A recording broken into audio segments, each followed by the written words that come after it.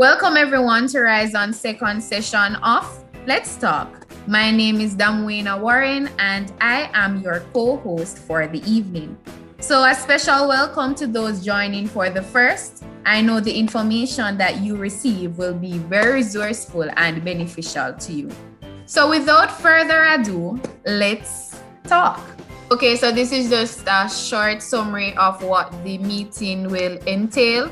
So, of course, a welcome and we'll get started. So, of course, everyone is familiar with February being celebrated as Black History Month, and that is where our theme came about, of course, Black professionals taking over. So, Miss Heather, I'm sure you're very eager and excited, just like I am, to present our guest for the evening. Miss Heather, over to you. Okay, hi everyone. I'm very happy to see our second session going well, thanks to my team. And I know I'm passionate, you all know that, about meeting people, talking to people, connecting with people on the road on a daily basis. And no wonder I have Roxanne Irving with me today, who will be blessing us with her presence.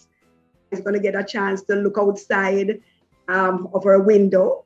And that will be an amazing feel for me because to my sons, I'm not going to be coming right now until things are clear. So Roxanne is here with us, and meet Roxanne. She is a regulated Canadian immigration consultant and licensed with the Immigration Consultants of Canada Regulatory Council. That's a big one. For many of you, she is an immigration consultant, okay? Also, she wears many hats. I know her. I can tell you how I met Roxanne. We have been collaborating together. We have things in common. I found out she loves red, like myself. What a coincidence that we were in red on the same picture. I couldn't believe. My daughter said, "Oh, that's you," twice. I'm like, "No, that's Roxanne." She was like, you both have the same color scheme. So I'm saying, yes, Roxanne, we are twins. The other thing about Roxanne that is common is that we are both passionate about helping people in the world. We have touched many persons in the world, and together we'll continue to do what we have to do. I go academic a lot, and I share with Roxanne many things in terms of the immigration process, which both of us experienced Canadian living, and that's a big one. So those who are just coming in, we are actually introducing Roxanne to the group. Okay, she has a thorough knowledge about the policies, refugee protection law, and the whole Canadian citizenship procedure. So she's the best person to answer your questions today. She has helped many to realize their dreams of immigrating to Canada. She does a lot of volunteer work, and we welcome Roxanne right now. Welcome, Roxanne. Thank you, Heather. Thank you, team, for putting this together. I'm happy to be here with you guys today. Before we get too dark outside, Heather, I want to show you outside before it gets darker, because it's getting really dark out here now. So give me a second there. Guys, we're going to scream. It's going to be something surprising. It's a bit dark right now, but that's the backyard snow. It's about 5 degrees outside, so it's melting. We had a huge snowstorm last weekend, and that's the reminiscent of the snowstorm. So it does get pretty cold here, no lie. Okay, that's good, Roxanne. Yeah, that little intermission there. We are in the warm. We can send some warmth over there to you. I mean, I'd appreciate it. Yeah, but in Mandeville, it's pretty cold too. I mean, you know, we're the central Jamaica side of things on the hill there. So it's not very warm right now. I mean, you know, people might think, but I use blankets where I am now. I've lived in Mandeville for about a couple of months with my aunt, and I've lived in Monique for college, so I know it can get pretty cold in the hills. Okay, yes, she can attest to that, guys. Okay, so Roxanne, I think it's over to you now in terms of just telling us a bit about why or the reasons. I would want to know. I know I've probably in talking with you found out things about you in terms of, you migrating to Canada through the, international studies, and why or what are some of the reasons why you made that move? What was your main reason or reasons? Okay, so yes, a little background about me. So I'm from Westmoreland, Jamaica. So I born, grown there, did all my studies there, and then I went to Teachers College in Monique, St. Anne. After finishing college in, I think 2009, I was working as a teacher on a part-time basis. But being part-time, contract to contract, it becomes a bit not sure what happening tomorrow. So my aunt lives in Canada, and she said, "Do you want to come visit?" And I'm like, "Sure." She's like, "Do you want to come stay?" And I'm like, "Can I?" And then she's like, "Well, let's try and see. I have you register for school," because her husband worked at a college at a time. "I have you get into school, you start school, and if you like it, you can stay." So I applied for school, got my visa, got my offer, and my contract was about to end the October of that year. And I said to my aunt, "Okay, let's get it now, because my contract ends now. Not sure if it'll renew or not." Luckily enough, my contract was renewed again, but I got the offer and I got so I said, "Okay, I just gotta go to school for a semester. If it doesn't work out, I come back to my offer and I continue teaching in Jamaica." Guys, I'm still here. And that's over 10 years ago. So that was 10 years ago and I'm still here. So therefore it works out. So I came on a fluke, decided to stay, and ups and down moments, but it has been good. Wonderful. Okay, so I know my team members are excited to ask questions too. I know Damwena is excited. She's like, "Let me hear it from another person." I mean, I've always been hearing it from you. So Damwena and I think Renee might want to, go with some questions first, and then we can start taking the questions from the audience. Sure. Right. So good evening again, everyone. So, Ms. Roxanne, my question was, is Canadian education recognized globally? Sorry, education in Jamaica? I didn't hear the question. Sorry about that. Someone was talking at the same time. Okay, that's okay. I'll repeat. So, is Canadian education recognized globally? Yes, it is. So Canada is ranked so Canada and America is on the same par when it comes to education-wise. So whatever you take in Canada education-wise, so degree, diploma, master's, PhD, you can use it across the world.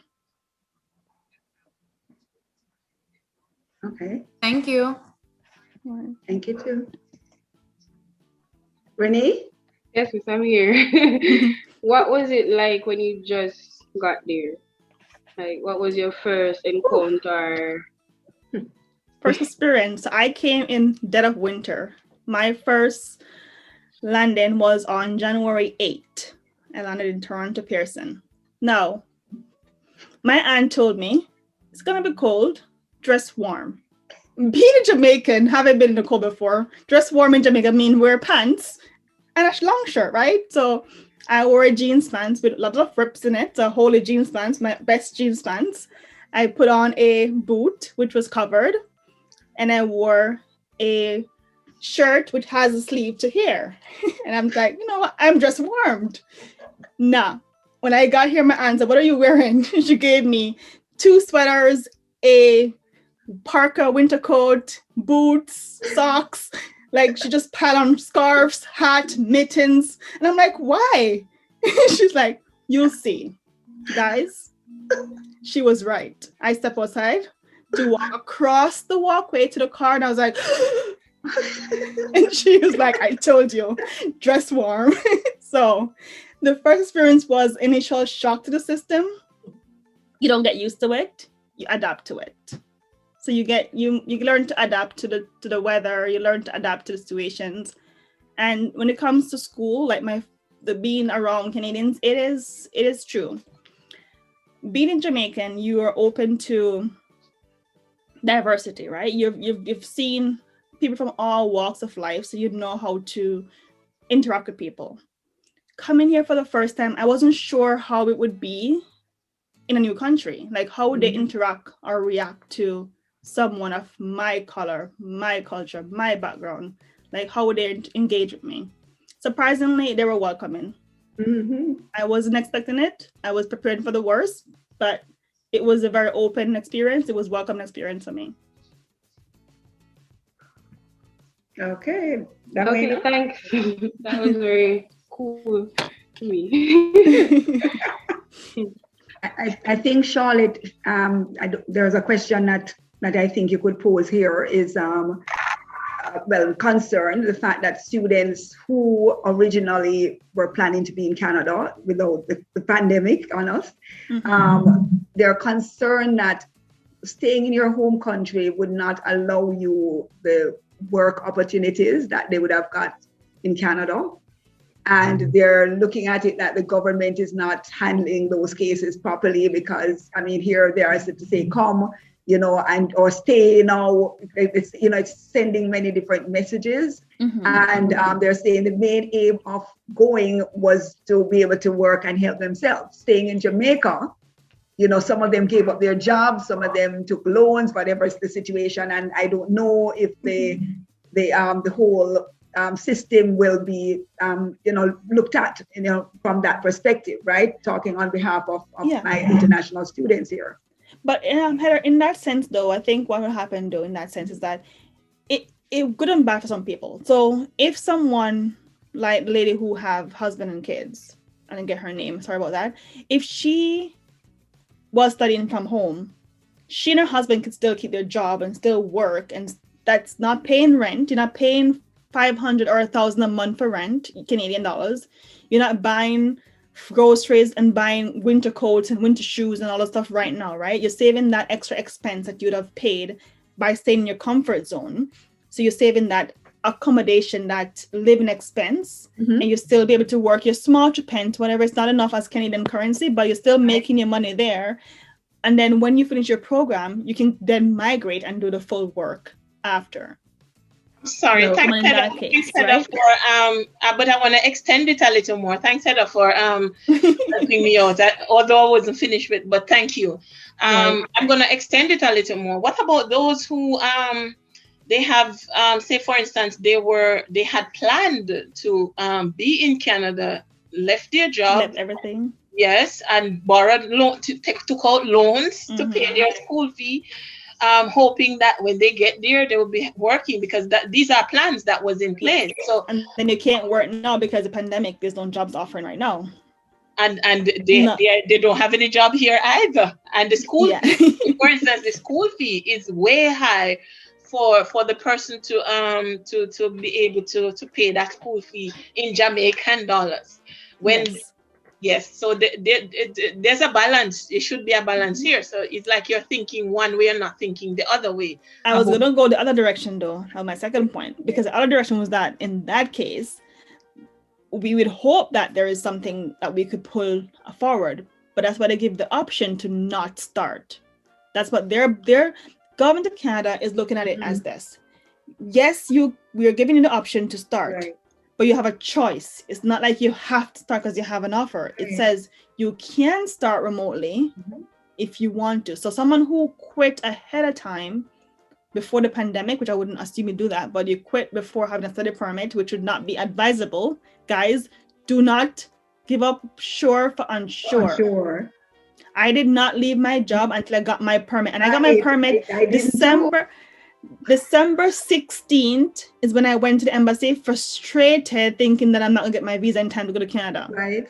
So if you don't have your permit, don't give up sure. You can tell your boss that I'm leaving a month after school starts, just to be sure, right? School starts September. I'm leaving. I want to resign effective November or effective October, right? And then if they take sick leave September 1st if you have to, and then quit. But don't give up what you have, planning to think that this is going to work out. Don't put all the eggs in one basket. That's one thing I can say. Like, it's never, we can't predict the future. No one could have told. I've been working at home for almost 1 year. I was lucky enough to keep my job and to have a job still. A person lose your job moving to home. March 18th is 1 year since the college door closes. So That's just how to say.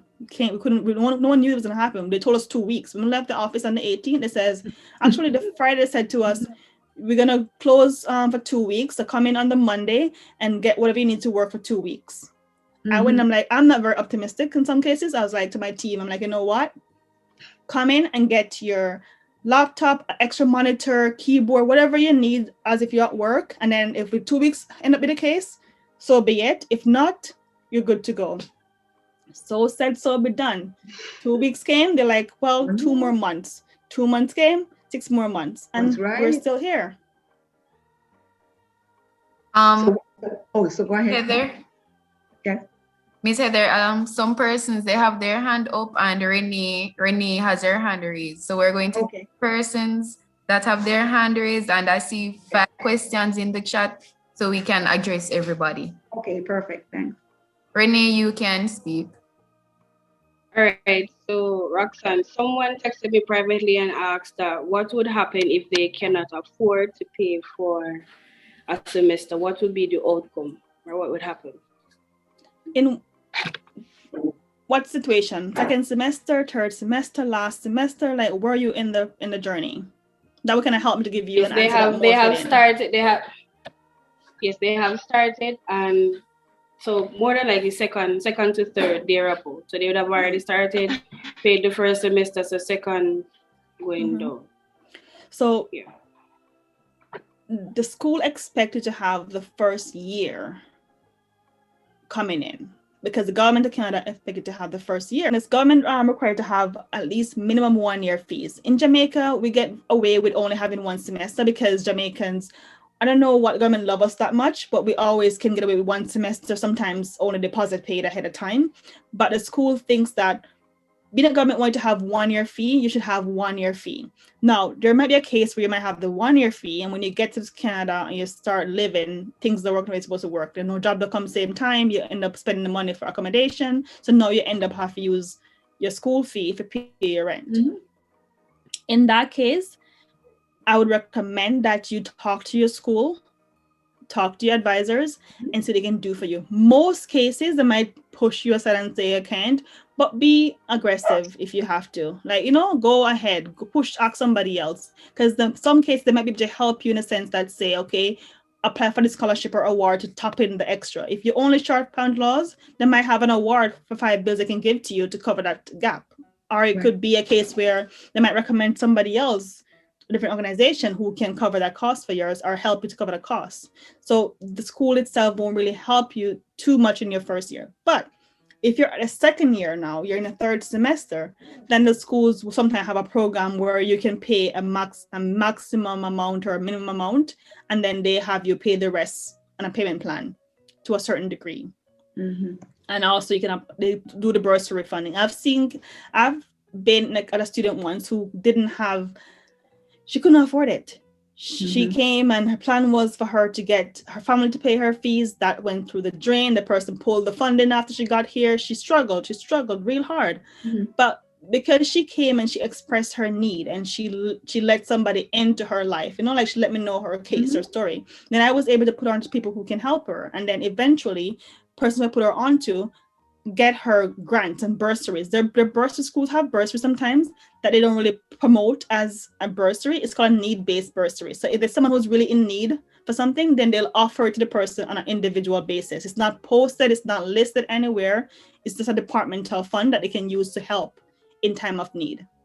So it depends on the case you're in and how open you are to tell people your struggles, then they will help you.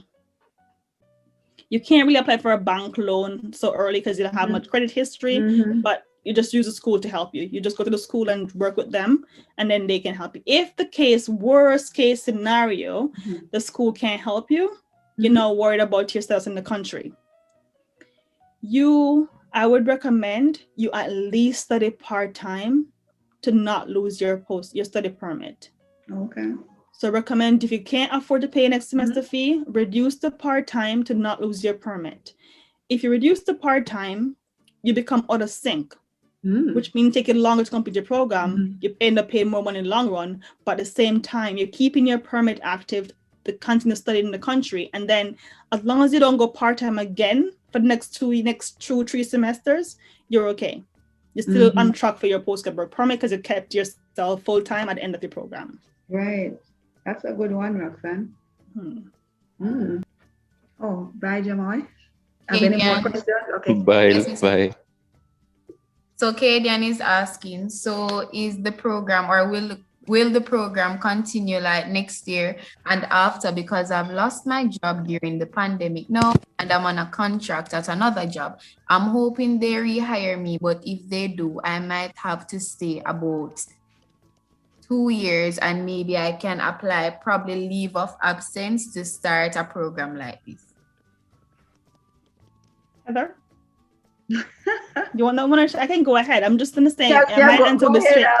I'll support you on that. Okay, yeah, the answer would be yes. So Canada is open in the sense that Canada is open to people. As I said before, international make up a huge part of Canadian gaps. So put it in this sense, you might come to Canada thinking that you're coming to study and go home, but Canada also wants people to study and stay. So they always have opportunity for you to come and study because they want to convert those study people to stay people eventually. As of 2 weeks ago, maybe 2 weeks ago now, February 13th, Canada invited every single international student who were in Canada in the express entry system, been here, studied already, worked at least a year or work at least 6 months. So at that point, to apply for permanent residency. That was the biggest draw Canada's ever had, and they were all targeted to students who are currently in Canada, who studied here, came, they studied, they worked, and they deserve to stay. So they offer them the opportunity to stay, right? So though they're going to always have space for people because every year Canada has a goal as to how much they need to be at population-wise, and they invite people from different reasons in that sense. So students always at 10,000 something or more every year, so they always increase that category. So Lorraine White is asking, what type of emotional support does students receive during schooling? They, as much as they want. You have to show the need. You have to show that you need support. You have to ask for support. They don't just offer it to you because they tell you what's there. They tell you where to find it. If you don't ask, you won't receive. Again, asking you shall receive. So you can get counseling, you can get peer tutoring, you can get mentorship, you can get, the persons who would assist, peer assistant. So they have various level of support that you can get based on what you want, but you have to ask and express the need for what you really want, and then they can guide in that right direction. Do you have to have someone in Canada to stay with, or once you are going to get somewhere to rent? Don't have to have anyone here. Once you come in, you can get somewhere to rent.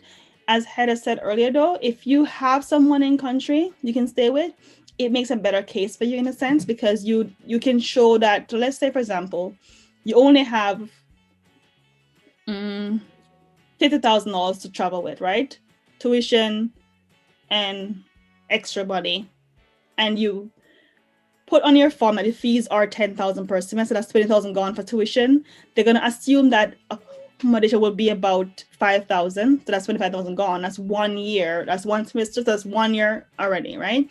If you have someone to stay with, you can, and a person say, I'll support you to stay. So I'm going to take care of your accommodation, so that covers your rent, food and boarding while you're here. That would take away the assumption of you having to have that money aside to pay for your food and your boarding. So therefore, that 50G now becomes a three-year fees, right? It becomes 2-year fees or 3-year fees. So it depends on that. If you don't have anyone to stay with, you can rent, but they always ask you where you go when you get to the border, like where are you going to stay? So if you're going to rent, I would say either you have a hotel reservation before you come, or you have a rental agreement before you come. So you can show them where you're staying when you get to the border.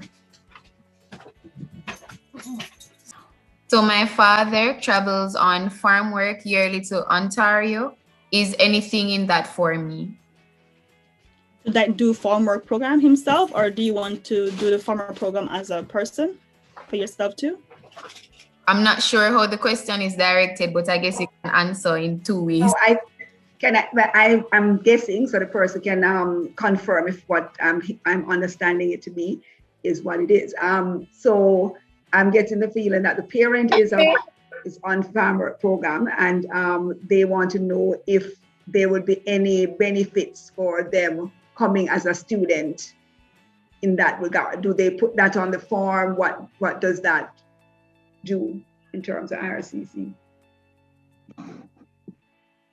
So if it's a case where a parent have a work permit, like you get it every time, right? To come in a farmer program.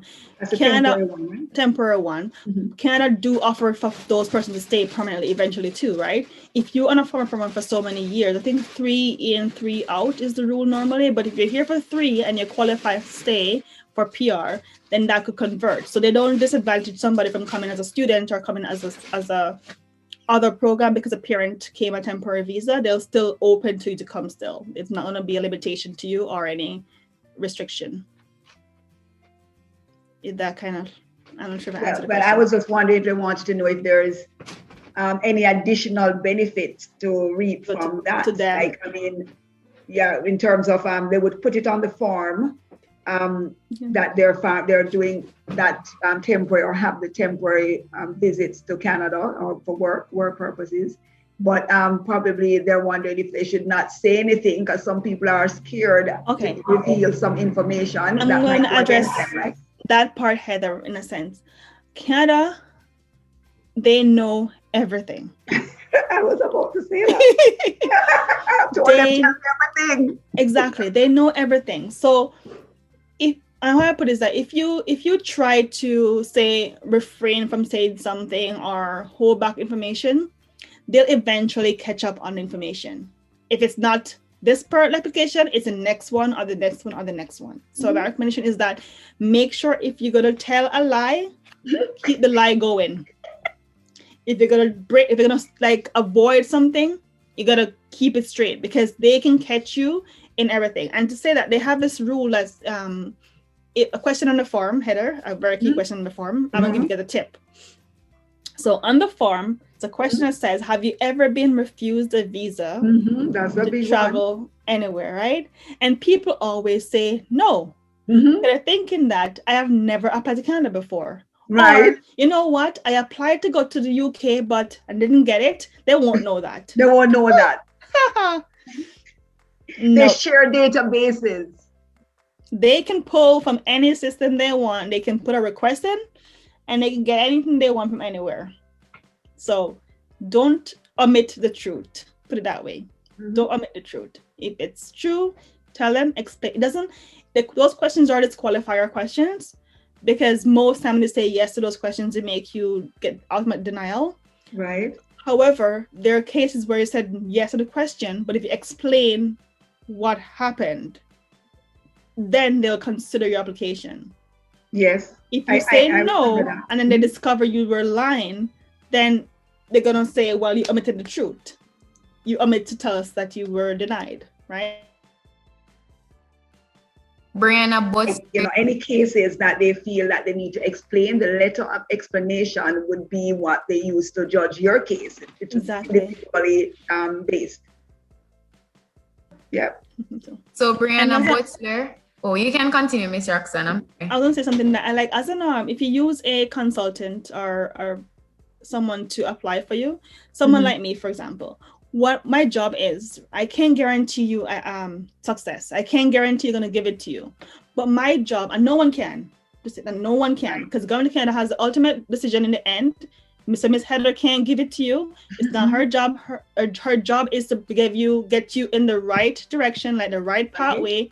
Guideline, right? So my job, same thing, is to make sure you put your best foot forward and present. So I, as your consultant, you tell me everything. Tell me your deepest, darkest secret.